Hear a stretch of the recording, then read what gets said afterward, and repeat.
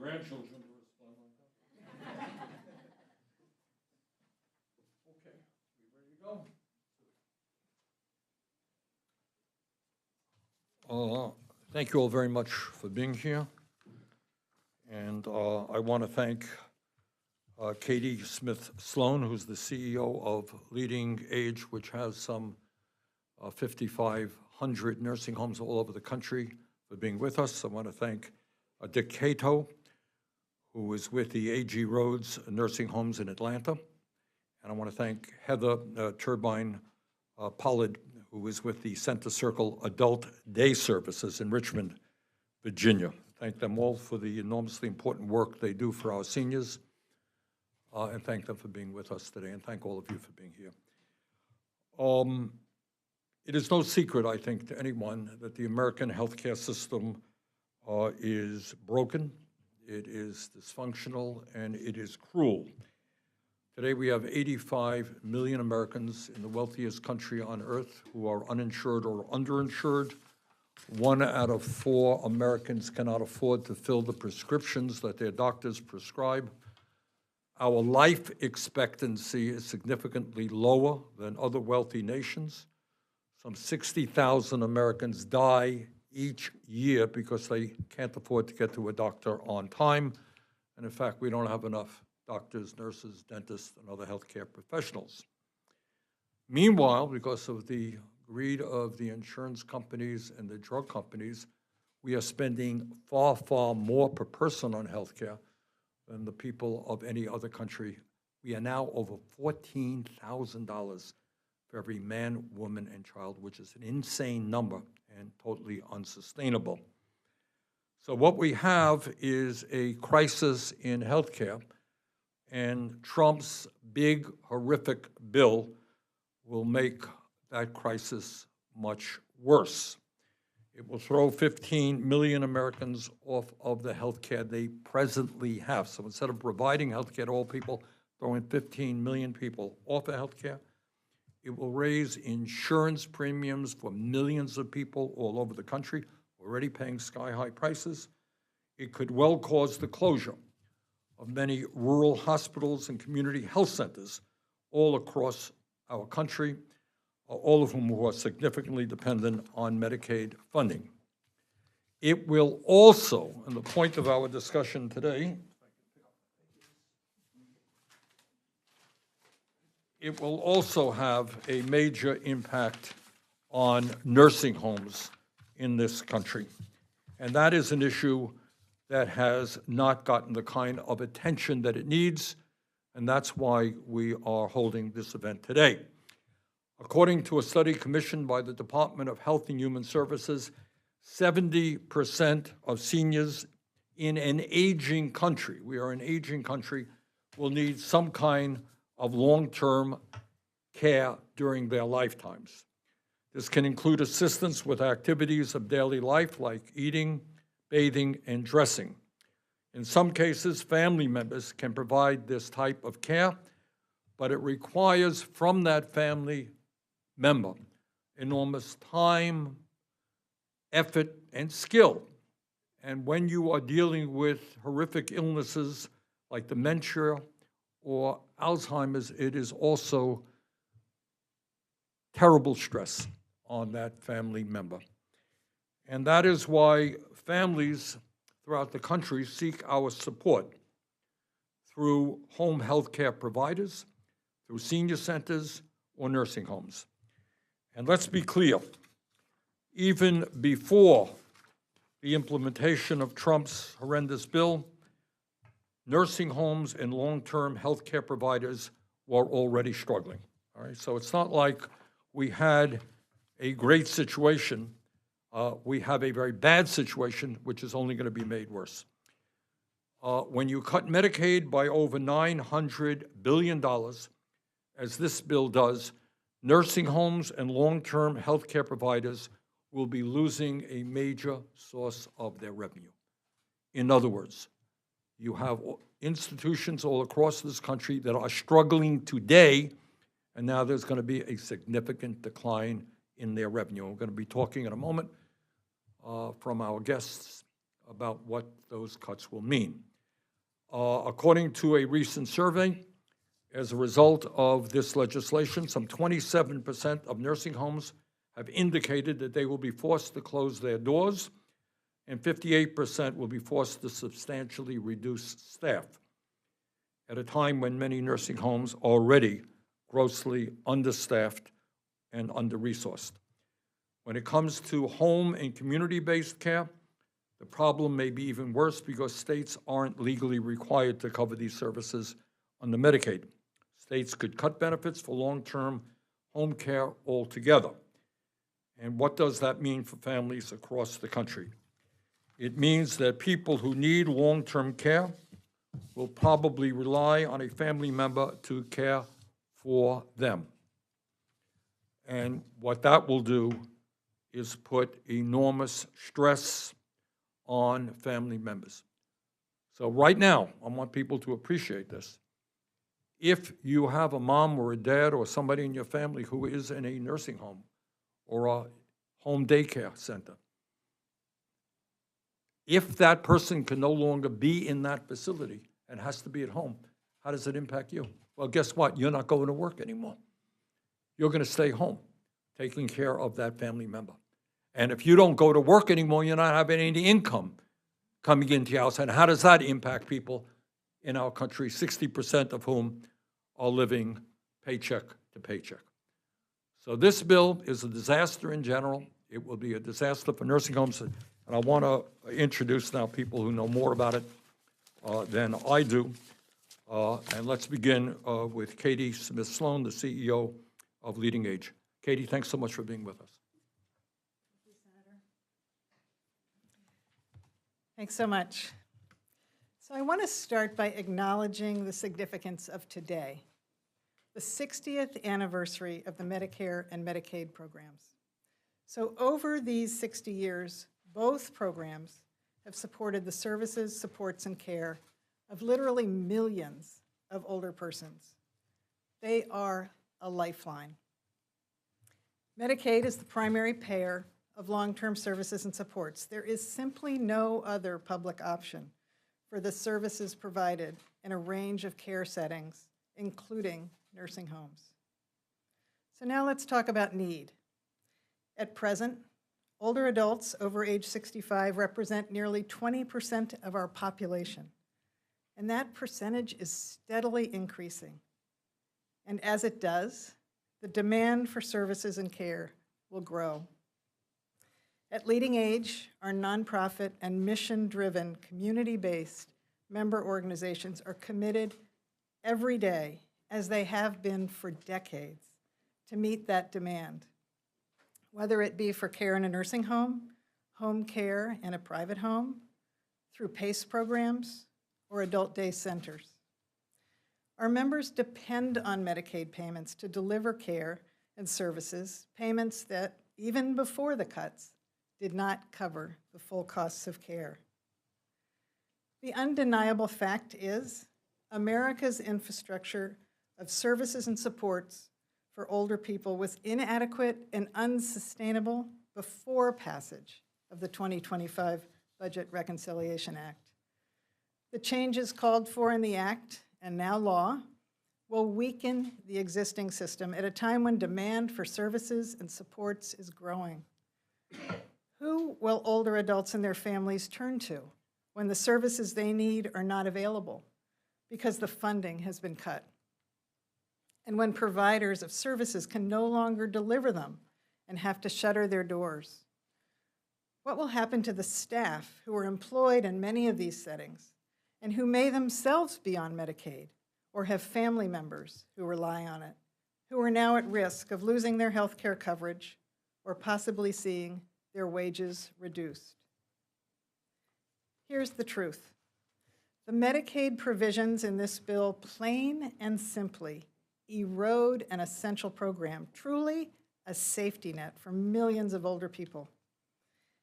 As states respond to H.R. 1, the changes will create craters in their budgets due to reduced federal Medicaid contributions, and the effects will be felt by older adults and their families.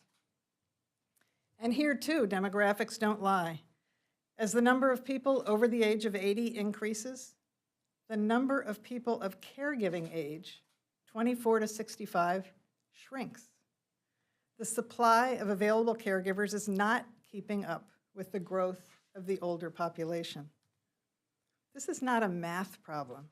This is a reality that directly impacts our families financially, emotionally, and practically. Out-of-pocket costs, time away from work, or even lost jobs. Medicaid cuts, which have been framed as a cost savings, will result in an enormous expense to America's families. Today, I'm joined by two LeadingAge members who will share the impact of H.R. 1 on their services. While aspects of the impact are yet to be discovered, what we do know is that this legislation will establish more hurdles for providers, whether through shortened retroactive eligibility or limits on the provider taxes states rely on to fund Medicaid, or by the financial decisions states are forced to make. We can only look to history to understand this. Historically, states' response to budgetary pressures have been to cut Medicaid eligibility, to shave benefits, or to cut provider payments to cover the costs of delivering care, which means fewer dollars to pay staff. Workforce challenges, for a variety of reasons, are long-standing in our sector. These cuts will only make it harder for our nonprofit, mission-driven members to be competitive in the employment marketplace.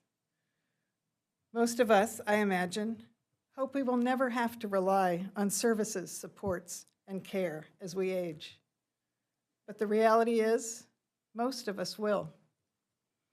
At LeadingAge, it's our belief that we have a moral and a practical responsibility as a nation to ensure everyone can access services, supports, and care that they need when they need it.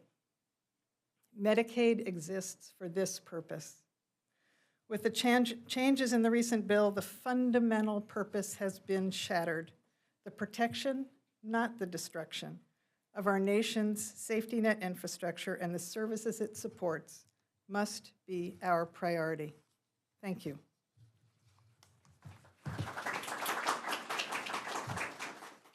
Katie, thank you very much. Our next speaker is Deke Cateau with AG Rhodes Nursing Homes in Atlanta, Georgia. Deke. Thank you, Senator Sanders. My name is Deke Cateau, and I'm the CEO of AG Rhodes. The story of AG Rhodes, which I'm going to tell you all a little bit about, is, I think, very interesting. We're a nonprofit organization, and we serve mainly these individuals that are on Medicaid, and we've done that for 121 years. So 70% of who we care for are on Medicaid. Medicaid has become and is the backbone of our healthcare system. For aging and senior services, it is the healthcare system. It is the only payer, or the only real payer, of long-term care. So that 70% that I told you about that are on Medicaid, Medicaid is the only payer for them. And we are already vastly underpaid from Medicaid for taking care of them. So any cuts, any changes, whether you disguise it as adjustments, is going to have a very immediate impact. And it's an impact that I cannot imagine what we're going to see in a few months from now. If these individuals are in any way displaced, if services have to be adjusted, services that are not now required, but that good providers, like LeadingAge providers, go above and beyond to do. If these changes go to play, think about the staff that care for these individuals. Many of them do that for a love, for caring for other individuals. They are going to be impacted by this as well. I hear a lot of misnomers out there. One very big one is that individuals living in nursing homes who were not working before, they choose to come to a nursing home. They were not productive working citizens. Totally untrue. We serve about 1,300 individuals a year. I don't know not one of them that wasn't a teacher, that wasn't a nurse, that wasn't an engineer. They have worked most of their lives, and now they're sick, quite frankly. They're ill, and they've spent their money down because of that illness. So Medicaid in the nursing home setting has become not only who pays for them to live with us, but who cares for them medically, who takes care of their medical needs. So my purpose today is just that, hopefully to speak from my heart and hopefully speak to other people's hearts. This is certainly not about politics. It is about policy and what is and should be sound policy in a society that is aging, that we should be preparing for more of those on the rolls. And coming from a sector, coming from an industry that I think we've been beaten up recently. You know, whether it was the threats of a staffing mandate, I'm glad they have at least been postponed. Whether it's the threats of immigration now, which in my case, 35% of my staff are immigrants. And then now on top of that, I would say the threat to our main payer source that keeps nursing homes open. So that's my appeal, and I hope, again, it falls on some hearts that can listen to it as well. Thank you. Thank you very much. Our next speaker is Heather Turbyne-Pollard with Center Circle Adult Day Services in Richmond. Heather, thanks. Thank you. Heather Turbyne-Pollard with Circle Center Adult Day Services in Richmond, Virginia. We are a nonprofit and a proud member of LeadingAge. And really, I'd like to talk about the unique niche that places like Adult Day and in-home and other support services that fall outside of nursing homes but are community-based. So these are home and community-based services. as the senator alluded to, these are electional and optional services for states then to dole out to local communities like me. It's a critical component. Our nonprofit, which is 50 years old, has been caring for largely moderate to severe dementia, those who are living with dementia and Alzheimer's, but are choosing to stay home, right? They're a community-based model that lets all of us, which is what I want and what you want probably, to age home as long as we possibly can. And so we serve 130 older adults at our facility. Medicaid is a large part of that. And currently, the reimbursement rate for the state of Virginia for Medicaid is $64.17. It is $150 a day for me to deliver that care. That is a math problem. And it's critical, and we're working with LeadingAge on increasing that state reimbursement. But now, when we're faced with the chance of it getting reduced or eliminated, you can see, if you do the math along with me, how it may put home and community-based care folks like me out of business, who grew up from communities started by 5 churches in Richmond, Virginia, and have evolved into a center that's well-known and supportive services. Senator Sanders talks about the caregiver, and it's so important. I could probably ask you to raise your hand or think to yourselves as you're watching, who of us knows somebody with dementia or Alzheimer's who we've cared for, right? We all have been touched by that. And so these caregivers are burdened with that. They're also working. 60% of our caregivers work, and they need a community-based option by which to send their loved one. So Adult Day, though it's little known in the long-term care services continuum, is a social model that offers health monitoring, a very important part of a staff that's well qualified to deal with dementia-friendly practices and education. We are an extended member of that family. Community-based care models like ours are extended care for families. So a very critical part of the component at a time when some others in front of me said we should all be turning up the dial on all the services across our continuum that can support older adults and their caregivers, caring for them as they age. It's not the time to take that away from folks. So thank you for the opportunity.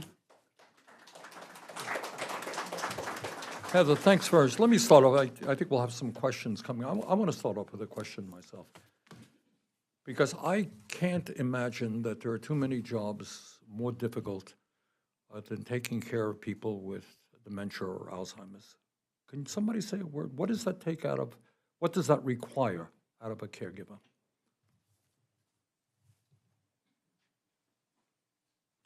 Thank you for the opportunity to speak on behalf of our caregivers. We talk with them every day. It is a joy.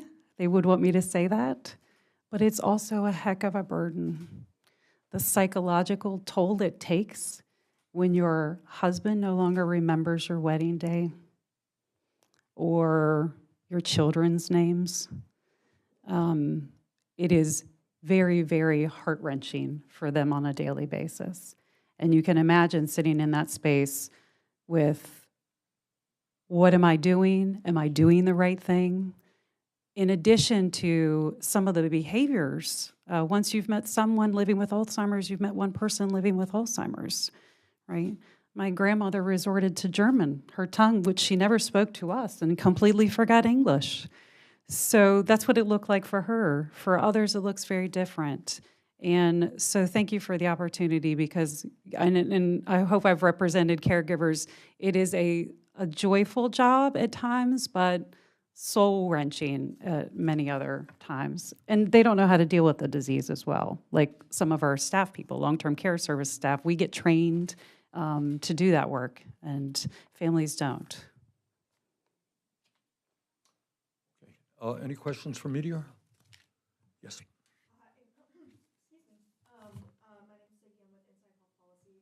I'm curious, you talked a lot about how these cuts are going to be negatively impacting senior care. I'm curious what cuts specifically, what provisions in the bill are you most concerned about when it comes to? nursing homes receive what percentage of their revenue from Medicaid? 70%? That's what I'm concerned about. All right, does anybody want to specifically answer what these cuts will mean? So in the nursing home setting, and I'm actually from the state of Georgia that has not been as impacted, particularly in the provider tax side. But the retroactive Medicaid provision, which we call Medicaid pending in the industry, is a huge. It's gone from 90 days to 60 days for a 60-day period. We barely get someone approved now in a 90-day period. So going to 60 days, I can't see how that happens. During that period of time, we are actually giving free care. So if that person's not approved, the other huge concern I have is the bill obviously is pushing the responsibility straight onto the states and decide the states. And again, I come from a state that I think has been on the right side and will continue to be on the right side of aging. But nationwide, we don't have many states that even have that fiscal position that Georgia has to be able to fill in those gaps. So again, any adjustments may not necessarily be cuts, right? But these are adjustments that would be extremely difficult. Even that retroactive process, we, the nursing home, is who is applying or assisting the individual to apply. That takes time. Most of these individuals, many living with dementia, they're not the best historians. We have to check their finances. We have to see if there are any other bank accounts. So it's a process that we do on behalf of the elder. So very, very onerous indeed. And all of this, once again, starts at a moment when nursing homes are struggling today, struggling to get staff, struggling to pay staff the wages you would like to pay, et cetera. All right, other questions? Anybody else? All right, well, let me thank our guests today. I want to thank them. We've heard the word moral, and it's right. It seems to me, and I think to all of you, that in the richest country in the world, we should take care of our most vulnerable citizens with the respect and compassion and dignity that they are entitled to, often, as you've indicated, after working their entire lives helping our society. And that is not the case today. So I want to thank you all for what you've done, and let's go forward together. Thank you all.